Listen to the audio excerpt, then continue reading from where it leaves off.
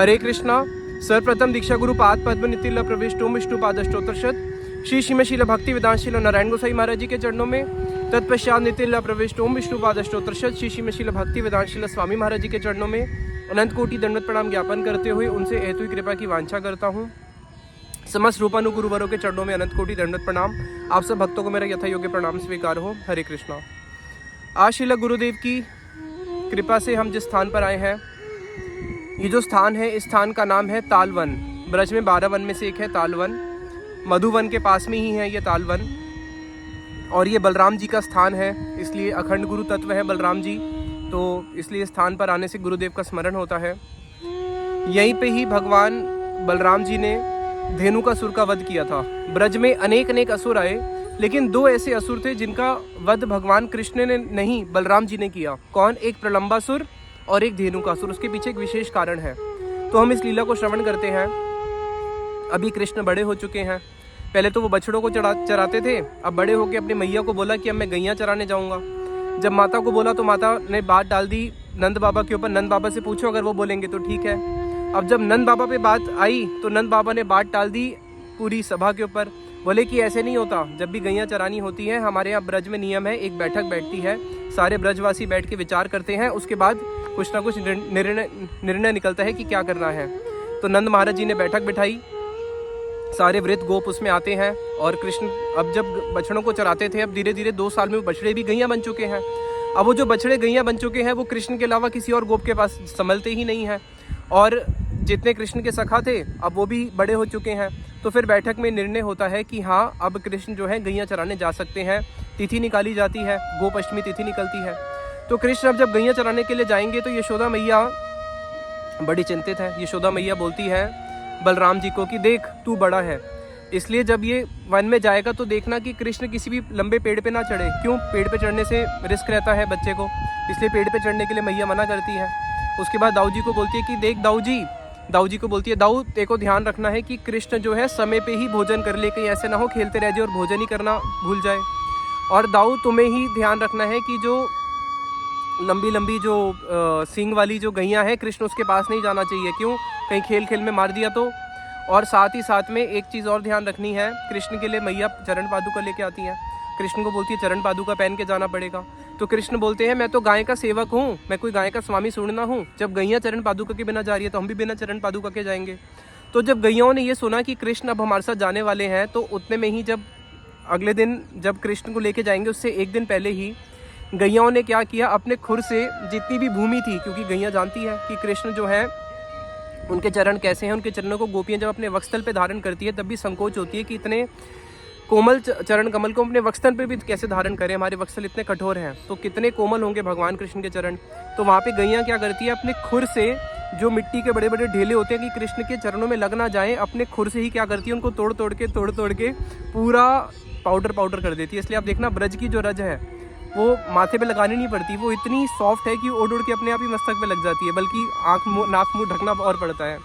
तो गैयाओं ने उसको क्या किया, पूरा पाउडर जैसा कर दिया ताकि कृष्ण के चरणों में किसी प्रकार का कोई कष्ट ना हो। और कृष्ण बोलते हैं मैया कोई बात नहीं, मेरी जो गैया है वो अपने क्या करेगी, चामरी, वो अपने चामर से अपने पूंछ से जगह को साफ करती रहेगी, पीछे पीछे चलते रहूँगा। और दाऊ जी को बोला कि देखो कृष्ण को किसी भी कुंड के पास मत जाने देना, क्योंकि कुंड में जाएगा, कुंड में गहरा पानी होता है। तो दाऊ जी को सारे की सारी जिम्मेदारी दी और कृष्ण आज गौचरण करने के लिए जाते हैं। जिस दिन भगवान कृष्ण का ये वर्णन आता है, कवि कर्णपूर्ण जी ने लिखा है अपने ग्रंथ आनंद वृंदावन चंपू में कि आज भगवान कृष्ण का जन्म उत्सव बनाया गया। जिस दिन भगवान कृष्ण का जन्म उत्सव होता है, जो जन्म की तिथि होती है, उस दिन कृष्ण गैया चराने नहीं जाएंगे। उस दिन अपने घर पे ही रह के वो क्या करते हैं, अपने घर पे ही रह के सारे ब्राह्मणों को बुला के उनका जन्म तिथि मनाई जाती है। तो जन्म उत्सव के अगले दिन यानी कि नवमी के दिन क्या होता है, कृष्ण आज गैया चराने गए हैं। आज जब कृष्ण गैया चराने जाते हैं तो बताया, बड़ा ही सुंदर वर्णन आता है कि कृष्ण आज जब जा रहे हैं गैया चराने तो साथ में देख रहे हैं कि जितने भी वृक्ष हैं, वृक्ष की भी इच्छा होती है कि हम भी कृष्ण के साथ जाएं, लेकिन वृक्ष तो कृष्ण के साथ चल नहीं सकते। लेकिन वृक्ष जब कृष्ण के वहाँ से होके जाते हैं तो वृक्ष साथ ही साथ में देखते हैं कि कृष्ण को उनको वीर्य होता है कि कृष्ण के लिए हम लोग पूरी रात इंतजार कर रहे थे, आज कृष्ण आए हैं और अगले ही क्षण कृष्ण अब आगे चले जाएंगे। तो वृक्ष इसको देख के रोना शुरू करते हैं कृष्ण को, और उनके रोते हैं तो उनके आंसू में क्या गिरता है, उनके आंसू में मधु गिरती है। और उसके बाद जब आगे जाते हैं तो जितने भी वृक्ष हैं अपनी लताएं झुक झुक के क्या करते हैं, कृष्ण को प्रणाम करते हैं। तो कृष्ण दाऊ जी को बोलते हैं कि देखो दाऊ भैया, ये वृक्ष कितने सौभाग्यवान हैं, यहाँ की लताएं, यहाँ के पुष्प कितने सौभाग्यवान हैं, सब आपको प्रणाम कर रहे हैं। और किस कारण से इनका वृक्ष योनि में जन्म हुआ है, आप ही इन पे कृपा करो कि इनका वृक्ष योनि से इनका उद्धार हो। अगले ही क्षण फिर भगवान बोलते हैं बलराम जी को, नहीं नहीं, ये कोई वृक्ष साधारण वृक्ष थोड़ी ना है जो आपको प्रणाम कर रहे हैं, आपको देख के क्रंदन कर रहे हैं। ये वृक्ष तो साक्षात कौन है, साक्षात बहुत बड़े योगी तपस्वी साधु हैं जो अपना साधन भजन सिद्ध करके आज ब्रज में जिनका जन्म हुआ है। उसके बाद फिर वहाँ पे जो मोर है कृष्ण को देख के नृत्य करना शुरू करते हैं और कृष्ण दाऊ जी को बोलते हैं कि देखो दाऊ जी, ये जो मोर है आपको देख के नृत्य कर रहे हैं, ये कोयल आपको देख के गान कर रही है। इस प्रकार से वन में प्रवेश करते हैं। अब जब सारे सखा वन में प्रवेश करते हैं तो आज यहाँ पे कौन सी क्रीड़ा खेलते हैं, आज वो खेलते हैं गेंद लीला, जिसको कंदूक क्रीड़ा बोलते हैं। अब जब वो गेंद होती है, अनेक अनेक पुष्पों से गेंद बनाई जाती है जिसको सखाओ खेलते हैं। एक पुष्प होता है कुंद, तो कुंद की जो कलिकाएं होती है, कुंद की कलिकाओं से बड़ी सुंदर गेंद बनाई जाती है और उस गेंद से आज सखा लोग खेलते हैं। तो ये जन्म उत्सव के अगले दिन उनकी बड़ी सुंदर यहाँ पे कंदूक लीला होती है। अब जब गेंद से खेलते हैं, गेंद से खेलते खेलते कृष्ण थक जाते हैं। जब कृष्ण थक जाते हैं तो सारे सखा क्या करते हैं, कोई एक सखा आ जाता है, कृष्ण को अपना जो वो उतरी लेके आया है, अपनी उतरी से ही वो बनाता है, तकिया जैसा कुछ बनाता है और कृष्ण को अपनी ही जांघों पे विश्राम कराता है। एक सखा आ जाता है, जो पत्ते होते हैं, यहाँ पे बड़े बड़े पत्ते होते हैं, जो केले के जैसे पत्ते होते हैं, उसको लेके आके कृष्ण की बीजन सेवा करना शुरू करते हैं। जैसे देखो यहाँ पे भी एक पत्ता है, ये बड़े पत्ते हैं ना, तो ऐसे ऐसे पत्तों को लेके कृष्ण की सेवा करना शुरू करते हैं। और कोई सखा क्या करता है, कृष्ण के सामने जो घर से सामग्री आई है, खाने पीने की सामग्री भी रखते हैं। अब इस प्रकार से जब कृष्ण की सेवा कर रहे होते हैं तो उसमें 3 प्रकार के सखा हैं। एक सखा तो वो है जिनका कृष्ण के साथ सख्य रस के साथ में थोड़ा सा श्रृंगार मिश्रित है, वो कौन है, सुबल सखा। इसलिए कृष्ण जब गोपियों के साथ मिलने जाते हैं तो सुबल सखा को साथ लेके जाते हैं। जब वो राधा जी के विरह में होते हैं तब भी क्या करते हैं, सुबल सखा को ही अपने ही हृदय की बात बोलते हैं। और कृष्ण के कुछ ऐसे सखे हैं, श्रीदाम आदि, उनके पास शुद्ध सख्य रस है। और कृष्ण के कुछ ऐसे सखा जिनके साथ सख्य रस के साथ दास्य मिक्स है, वो कौन है, पत्रक रत्रक। ये ऐसे सखा है जिनके साथ दास्य मिश्रित है। ये कृष्ण की जब सख्य में सेवा करते हैं तो उनके साथ में दास्य रस मिश्रित है, यानी कि इतना ओपनली कृष्ण के साथ मिल नहीं सकते जितना श्रीदाम आदि मिल सकते हैं, और उससे भी ज़्यादा सुबल आदि, क्योंकि उनके सख्य में श्रृंगार मिश्रित है। तो इस प्रकार से जो सखा है वो कृष्ण के यहाँ पे अनेक अनेक प्रकार से अपने भावों के अनुसार सेवाएं करते हैं। और कृष्ण जी भी क्या करते हैं, देखा दाऊ जी भी थक गए हैं तो कृष्ण दाऊ जी के चरणों की सेवा करते हैं। दाऊ जी की सेवा इस प्रकार से कृष्ण करते हैं। अब अगले दिन क्या होता है, अगले दिन जब ये सखाएं जो अभी कंदूक क्रीड़ा खेल रहे थे, उस कंदूक क्रीड़ा में क्या होता है, गेंद को जब कृष्ण ऊपर फेंकते हैं, तो जब कृष्ण गेंद को ऊपर फेंक के ऊपर देखते हैं तो जितने भी आसमान में देवी देवता हैं वो कृष्ण की उस छवि को देख के मोहित हो जाते हैं। और कहीं गेंद को पकड़ते पकड़ते जब कृष्ण भाग रहे हैं तो उनको ऐसे लगता है मेरी पगड़ी गिर जाएगी, तो एक हाथ से अपनी पगड़ी को पकड़ के एक हाथ से ऐसे गेंद को पकड़ने के लिए जाते हैं। तो अपनी पगड़ी तो बचा लेते हैं, पगड़ी तो नहीं गिरती, लेकिन कृष्ण की उस छवि को देख के जितने भी देवता हैं, उन अप्सराओं के जो वस्त्र हैं वो स्खलित हो जाते हैं, देखिए कि कृष्ण का कितना सुंदर रूप है। और जब गेंद नीचे की ओर जाती है, कृष्ण नीचे की ओर देखते हैं तो नीचे के जितने भी लोग हैं वो सारे के सारे लोकवासी जो हैं अपने आप को कोसते हैं कि हाय काश हम भी धरती लोक पे होते। ऊपर के जो देवता आदि लोग हैं, सत्य लोग, ब्रह्मा लोग तक, वो भी अपने आप को कोसते हैं काश हम धरती लोक पे होते। तो देखो भगवान ने जब भी जन्म ग्रहण किया है इस पृथ्वी पे किया है, और इस पृथ्वी पे भी इस वृंदावन में भगवान कृष्ण की लीलाएं हुई हैं। तो सोचो जहाँ पे आने के लिए देवता तक कोसते हैं अपने आप को, जहाँ पे आने के लिए ललायत है नीचे के लोक वाले जो और वासी हैं, तो उनका क्या सौभाग्य होगा जिनको भारत भूमि पर जन्म मिला है। इसलिए चैतन्य महाप्रभु ने जो स्वर्ग के देवता हो या अतल सुतल के लोगों, किसी की भी महिमा का गान नहीं किया है। महाप्रभु ने किसका गान किया है, भारतवासी का गान किया है। इसलिए महाप्रभु ने बोला है, भारत भूमि ते हईले मनुष्य जन्म जार, जन्म सार्थक करी कर परोपकार। भाई जिसको मनुष्य जन्म मिला है भारत भूमि पे, वो ही अपना जन्म सार्थक कर सकता है, और किसी योनि में जन्म सार्थक नहीं किया जा सकता। और कर परोपकार, फिर परोपकार करो, प्रीच करो, बाहर जाके और भी लोगों को इसका ज्ञान दो। तो यहाँ पे जब भगवान कृष्ण की इस प्रकार से कंदूक क्रीड़ा होती है, फिर दूसरे दिन यानी कि दशमी तिथि के दिन, आज जब भगवान कृष्ण वन में आए हैं, तो जब वन में अपने सखाओं के साथ आते हैं, अनेक प्रकार से यहाँ पे क्रीड़ाएं होती है। कृष्ण जो है मोर को देख के मोर की तरह नृत्य करना शुरू करते हैं। जब कोयल को देखते हैं तो कोयल की तरह गाना शुरू करते हैं, हंस की तरह उड़ना शुरू करते हैं, अनेक अनेक प्रकार से अपने सखाओं के साथ क्रीड़ा करते हैं। और क्रीड़ा करते करते आज उनके घर से भोजन नहीं आया, रोज़ उनके घर से भोजन आता है। तो जब दिन के समय जब भोजन नहीं आता और सखा जो है, सखाओं का धीरे धीरे शुद्धा बढ़ती जा रही है, क्योंकि बच्चे हैं, खेल रहे हैं, खेलने के साथ साथ और शुद्धा बढ़ रही है।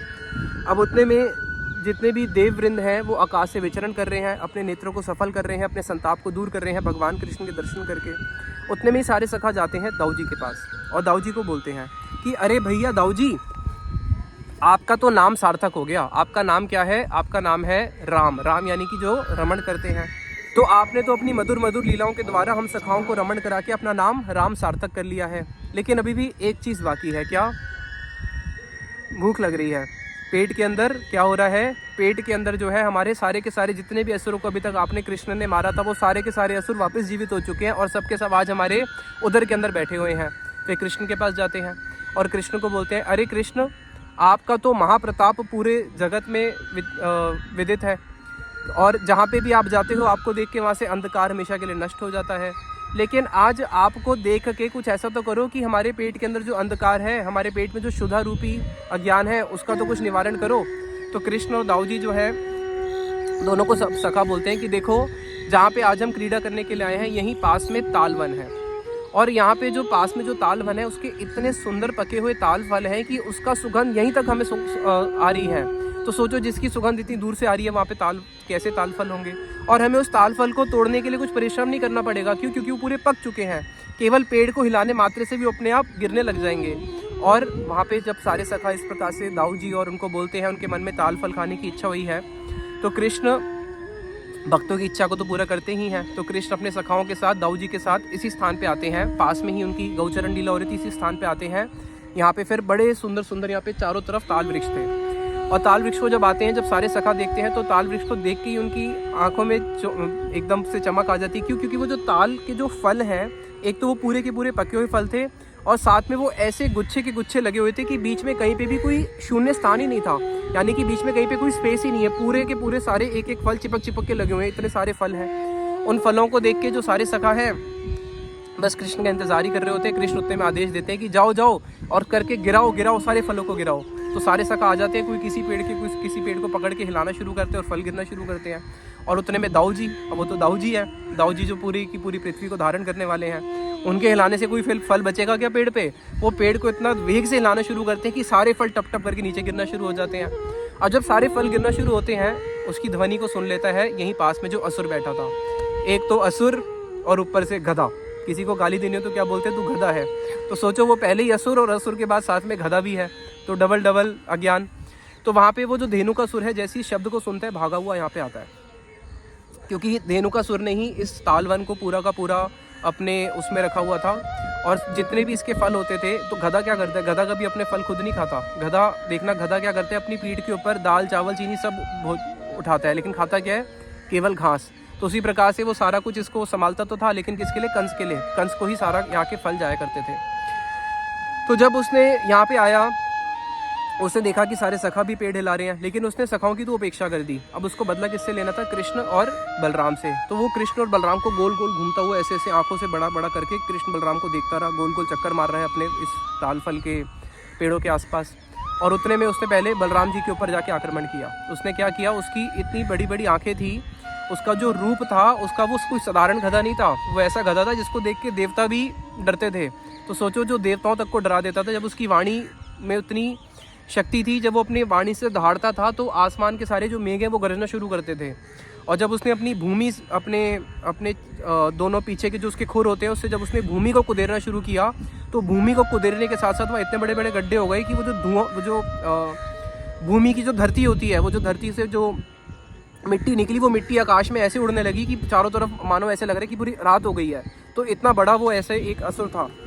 अब जब उसने अपने पीछे दोनों उसको उठाया, अब जब वो बलराम जी को मारने के लिए गया, तो गधा कैसे मारता है? गधा देखना पीछे की लात से मारता है। तो उसने अपनी पीछे के दोनों खुर उठाए और बलराम जी को प्रहार करने के लिए। बलराम जी ने क्या किया? बलराम जी ने अपने बाएं हाथ से भी नहीं, बाएं हाथ के अग्रभाग से, केवल अग्रभाग, जैसे भगवान कृष्ण ने गोवर्धन को कैसे उठाया था? उंगली से थोड़ा ना उठाया था, उंगली का जो अग्रभाग है। पूतना को कैसे मारा था? होठों के अग्रभाग से मारा था। जो शक्टासुर को कैसे मारा था? चरणों को जो ऊपर उठा के, चरणों के केवल अग्रभाग से। तो उसी प्रकार से बाएं हाथ के केवल अग्रभाग से, जैसे हमें किसी तिनके को उठाना हो, जैसे देखो ये तिनका है, मुझे तिनके को उठाना है, तो मैं क्या पूरा हाथ ऐसे करके उठाऊंगा? मैं इसको केवल उंगली के अग्रभाग से तो उठाऊंगा, पूरी उंगली तो लगाऊंगा नहीं। तो उसी प्रकार से उसको अग्रभाग से, केवल बाएं हाथ के अग्रभाग से एक हाथ से उसके दोनों पैर जो उसके दोनों खुरते दोनों को ऐसे कस के पकड़ लिया और उसको ऐसे ऐसे ऐसे करके गोल गोल गोल घुमाने लगे। क्योंकि कंदूक क्रीडा तो खेल ही रहे थे, वो गेंद से तो खेल के आए थे, तो वही था कि चलो भाई इसकी थोड़ी गेंद बनाते हैं। उसको ऐसे ऐसे घुमाया। अब उसको जब घुमा रहे थे, घुमाते घुमाते ही उसके प्राण निकल गए। अभी तो उसको कहीं फेंकेंगे बाद में, घुमाते घूमते घूमते ही उसके जयराम जी की प्राणों को दाऊ जी ने हर लिया। अब उसके बाद उसको उन्होंने फेंका जो सबसे लंबा ताल वृक्ष था, वहाँ बहुत सारे ताल वृक्ष थे, जो सबसे लंबा ताल वृक्ष था उसके ऊपर फेंका। अब जब सबसे लंबे ताल वृक्ष के ऊपर फेंका तो उससे क्या हुआ, जो सबसे लंबा वाला ताल वृक्ष था, इसके वजन से, क्योंकि बहुत भारी असुर था, वो ताल वृक्ष तो टर टर टर करके गिरने लगा। और वो गिरा अपने से छोटे वाले वृक्ष के ऊपर, और वो गिरा उससे छोटे वाले, वो उससे छोटे वाले, करते करते वहाँ पे जो वृक्ष थे एक के ऊपर वृक्ष करते करते सारे वृक्ष अपने आप ही गिरने लगे। और जो कुछ 2-4 वृक्ष और रह गए थे, उतने में क्या हुआ, इसके चाचा मामा ताऊ बच्चे सारे भतीजे सब आ गए, पूरे परिवार वाले। बोले कि भाई हम अपनी बदला लेंगे। अब बदला लेने के लिए जब वो आए तो दाऊ जी और कृष्ण को देखा, और कृष्ण और दाऊ जी ने कहा चलो भाई अभी एक ही गेंद से लीला खेली, अभी थोड़ी गेंद और खेलनी पड़ेगी। तो सबको पकड़ पकड़ के गोल घुमा घुमा के वो एक एक ताल वृक्ष के ऊपर फेंकने लगे। तो उतने में क्या हुआ, जितने ताल वृक्ष थे सारे के सारे गिर जाते हैं, जितने ताल के फल थे वो भी गिर गए, और जितने ये गधे थे लाल पीले नीले नीले हरे पीले सबके सब स्वाहा, सबको भगवान ने मुक्ति प्रदान कर दी। अब जो सारे सखा थे, अब सखाओं ने नीचे बहुत सारे ताल फल तो गिरे हुए देखे, लेकिन अब चारों तरफ खून भी गिर चुका है। तो धर्मशास्त्र बोलते हैं कि जिसके ऊपर खून लग गया हो तो वो तो अपवित्र वस्तु होती है, उसको तो ग्रहण नहीं कर सकते। इसलिए सखाओं ने उस दिन ताल फल को तो नहीं खाया, हाँ, लेकिन ताल फल के ऊपर कूदे जरूर वो। और इस प्रकार से यहाँ पे धेनुकासुर का वध किया। कई प्रश्न होते हैं, धेनुकासुर था कौन? ये धेनुकासुर प्रहलाद जी के पुत्र विरोचन, उनके पुत्र बलि महाराज जी के पुत्र सहस्रिक, ये बलि महाराज जी का पुत्र था। और ये गंधमादन पर्वत पे, जहाँ पे दुर्वासा जी तपस्या कर रहे थे, वहाँ पे ये बहुत सारी अप्सराओं के साथ, 1000 अप्सराओं के साथ विलास आदि करने के लिए गया था। और वहाँ पे इस जो दुर्वासा जी थे वो उनकी तपस्या भंग हुई, और उन्होंने फिर आके इसको श्राप दिया। पहले तो देखा इसके पिताजी कितने भगवान के बड़े भक्त हैं, बलि महाराज जी भगवान के भक्त ही थे, और प्रहलाद महाराज जी तो भगवान के सबसे ऊंचे भक्त हैं। तो देखा भक्तों के कुल में जन्म लेके इसका आचरण कैसा है, पशु जैसा आचरण करता है।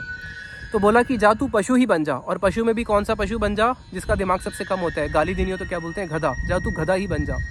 तो साथ ही साथ में जब उसको पश्चाताप हुआ तो दुर्वासा मुनि ने साथ में एक वरदान भी दिया, तू गधा तो बनेगा लेकिन तेरा उद्धार करने साक्षात बलराम जी आएंगे। तो गधा जो है वो अज्ञानता का प्रतीक है, इसलिए गुरुदेव को जब प्रणाम करते हैं तो क्या बोलते हैं, अज्ञान तिमिरांधस्य ज्ञानंजन शलाक्या। हम सब लोग भी संसार में गधे हैं।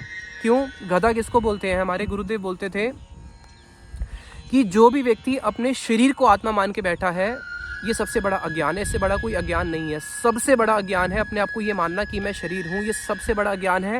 ये सबसे बड़ा अज्ञान क्या? अज्ञानता का बीज ही यही है। मूल अज्ञान का जो रूट कॉज है वो यही है कि अपने आप को शरीर मान बैठना। तो अभी हम इस संसार में जब तक अपने अंदर देह आत्मबुद्धि करके बैठे हैं, देह को ही आत्मा मान के बैठे हैं, हम सब लोग कौन हैं? हम सब लोग गधे हैं। श्रील भक्तिविनोद ठाकुर जी अपने कीर्तन में बताते हैं, गर्द बेर मत आमी करी परिश्रम, कार लागी एता करी ना घुची लो ब्राम। अरे भाई, गधे की तरह मैं दिन रात परिश्रम करता हूँ, लेकिन किसके लिए करता हूँ मुझे पता ही नहीं है। और जब ये देह छूट जाएगा उसके बाद कौन है? कौन रहा? कौन पुत्र परिवार कौन रहा? कोई भी नहीं रहा। ए देह शमशान पड़ी या रही बे, कुकुर शिगाल सब आनंदित करी बे। ये देह जो है शमशान में पड़ा होगा, कुत्ते और शिगाल बड़े आनंदित होंगे कि आज हमें हमारा भोजन मिला है। तो बताया कि जिस देह की ऐसी गति है, उस देह के अंदर जो अभी भी मैं और मेरा की बुद्धि करके बैठे हैं, वो सबसे बड़े गधे हैं। तो हमारे हृदय के अंदर जो अज्ञान है, इस अज्ञान को कौन नाश करता है? अज्ञान को नाश करते हैं गुरु। तो बलराम जी गुरु तत्व हैं, इसलिए यहाँ पे धेनुकासुर का जो वध किया वो बलराम जी ने किया। और हम यहाँ पे गुरुदेव से ही प्रार्थना करते हैं, हमारे हृदय के अंदर जो धेनुकासुर बैठा हुआ है, कितने कितने जन्मों से हमारे हृदय के अंदर जो अज्ञान है उसको आप नाश करें। तो यहीं पे इतना बोल के वाणी को विश्राम देते हैं। निताई गौर प्रेमानंदे, हरि हरि बोल।